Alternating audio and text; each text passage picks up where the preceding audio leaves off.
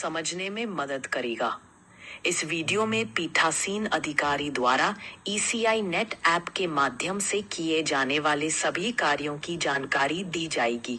अब हम PRO module का पूरा विवरण क्रमबद्ध तरीके से समझाएंगे और प्रस्थान से लेकर मतदान केंद्र तक तथा मतदान समापन तक की सभी आवश्यक गतिविधियां तथा प्रक्रियाएं बताएंगे। PRO मॉड्यूल मतदान संबंधी कार्यकलापों को सुगम बनाने के लिए निर्मित किया गया एक सरल और सहज ऐप है जो यह सुनिश्चित करता है कि मतदान दिवस की गतिविधियां, न्यूनतम प्रयास, मतदान दल के आगमन की स्थिति, मॉक पोल, मतदान का प्रारंभ, मतदान के रुझान और मतदान की समाप्ति के साथ P1 और मतदान दिवस पर पूरी हो जाएं।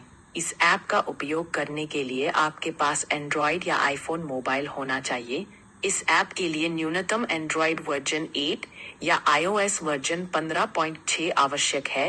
यदि आप प्रीपेड सिम का उपयोग कर रहे हैं तो सुनिश्चित करें कि उसमें सक्रिय डेटा और SMS पैक उपलब्ध हो। साथ ही जिस मोबाइल में ECI नेट ऐप का उपयोग किया जा रहा है उसमें वही सिम नंबर होना चाहिए जिसे रिटर्निंग ऑफिसर के पास पंजीकृत किया गया है। सबसे पहले ECI नेट ऐप को केवल गूगल प्ले स्टोर या एप्पल ऐप स्टोर से ही डाउनलोड और इंस्टॉल करें। कृपया किसी अन्य स्रोत से ऐप इंस्टॉल न करें।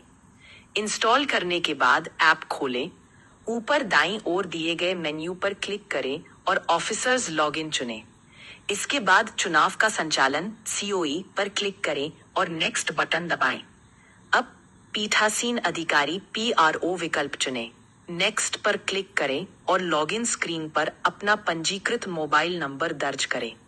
आपके पंजीकृत मोबाइल पर प्राप्त OTP दर्ज करें और आप ऐप की होम स्क्रीन पर पहुंच जाएंगे। लॉगिन करने के बाद पीठासीन अधिकारी को अपने विवरण की पुष्टि करनी चाहिए जिसमें पोलिंग स्टेशन की जानकारी और पोलिंग बूथ के निर्वाचकों की संख्या शामिल है। किसी भी प्रकार की असंगति पाए जाने पर पीठासीन अधिकारी को प्रेषण केंद्र डिस्पैच सेंटर से पोलिंग स्टेशन जाने से पहले तुरंत रिटर्निंग ऑफिसर को सूचित करना अनिवार्य है। होम स्क्रीन से पीठासीन अधिकारी सभी निर्धारित गतिविधियां कर सकते हैं और उनकी स्थिति भी देख सकते हैं। यह ऐप स्थानीय भाषाओं में भी उपलब्ध है और आप अपनी सुविधा अनुसार भाषा चुन सकते हैं।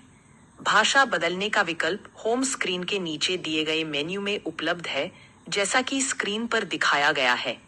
डिफॉल्ट रूप से यह हिंदी में है। लॉगिन करने के बाद PRO को 5 मुख्य गतिविधियां करनी होती हैं।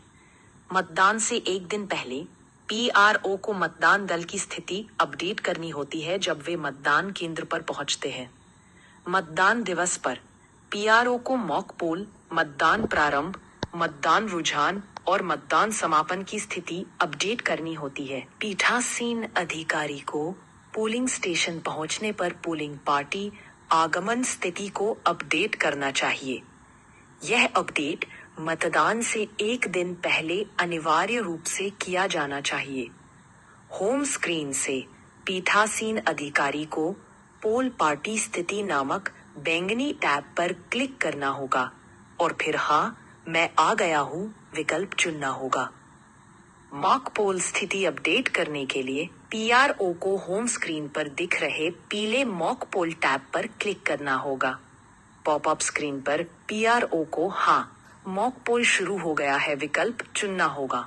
मॉक पोल सफलतापूर्वक पूर्ण होने के बाद PRO को मॉक पोल के दौरान उपस्थित पोलिंग एजेंटों की संख्या की पुष्टि करनी होगी और पॉपअप स्क्रीन से मॉक पोल की पूर्णता की पुष्टि करनी होगी। मॉक पोल पूर्ण करने के बाद PRO को पोल स्टार्ट स्थिति अपडेट करनी होगी। होम स्क्रीन से PRO को गुलाबी रंग के पोल प्रारंभ करे टैब पर क्लिक करना होगा। पॉपअप स्क्रीन पर PRO को हाँ, मतदान शुरू हो गया है विकल्प चुनकर पुष्टि करनी होगी। यह एक अत्यंत महत्वपूर्ण चरण है और पीठासीन अधिकारी को इस पर विशेष ध्यान देने की आवश्यकता है। पीठासीन अधिकारी को 5 स्लॉट्स में डेटा दर्ज करना अनिवार्य है, जिसकी शुरुआत सुबह 9 बजे से होगी। पहले स्लॉट सुबह 9 बजे में पीठासीन अधिकारी को मतदान प्रारंभ होने से 9 बजे के बीच ईवीएम पर डाले गए मतों की संख्या दर्ज करनी होगी। यह प्रविष्टि सुबह 9 बजे से 9:20 बीच की जानी चाहिए और इस अवधि में पीठासीन अधिकारी आवश्यकता अनुसार कई बार डेटा संपादित कर सकते हैं। इसी प्रकार पीठासीन अधिकारी को 5 स्लॉट्स सुबह 9 बजे, 11 बजे, दोपहर 1 बजे, 3 बजे और 5 बजे पर डेटा दर्ज करना होगा। सुबह 11 बजे वाले स्लॉट में पीठासीन अधिकारी को 7 बजे से 11 बजे तक ईवीएम पर डाले गए कुल मतों की संख्या दर्ज करनी होगी और आगे भी यही प्रक्रिया अपनानी होगी। कृपया ध्यान दें, अगले स्लॉट में दर्ज किया गया डेटा पिछले स्लॉट से अधिक होना चाहिए। सभी 5 स्लॉटों का डेटा दर्ज करने के बाद पीठासीन अधिकारी को क्लोज ऑफ पोल का डेटा दर्ज करना होगा। क्लोज ऑफ पोल बटन केवल शाम 5:30 के बाद सक्रिय होगा। नक्सल प्रभावित क्षेत्रों के कुछ मतदान केंद्रों के लिए यह विकल्प शाम 3:30 के बाद सक्रिय हो सकता है। पीठासीन अधिकारी को सावधानी बरतनी चाहिए और यह सुनिश्चित करना चाहिए कि क्लोज ऑफ पोल में दर्ज किया गया डेटा फॉर्म 17C से मेल खाता हो। कृपया ध्यान दें कि यह ऐप ऑफलाइन मोड में भी काम करता है। इसका अर्थ है कि ईसीनेट ऐप में केवल लॉगिन के समय ही इंटरनेट कनेक्टिविटी की आवश्यकता होती है। एक बार लॉगिन होने के बाद इस ऐप का उपयोग बिना इंटरनेट कनेक्शन के भी किया जा सकता है। यदि पीआरओ के मोबाइल में इंटरनेट नहीं है तो दर्ज किया गया डेटा एसएमएस के माध्यम से सर्वर पर प्रेषित किया जाएगा। पीआरओ आपके होम स्क्रीन से सभी गतिविधियों और डेटा सिंक की स्थिति जांच सकते हैं। यदि सभी डेटा सफलतापूर्वक सिंक हो चुके हैं और कोई डेटा प्रतीक्षारत नहीं है, तो स्क्रीन पर दिखाए अनुसार ऊपर दाईं ओर हरा ग्रीन आइकन दिखाई देगा।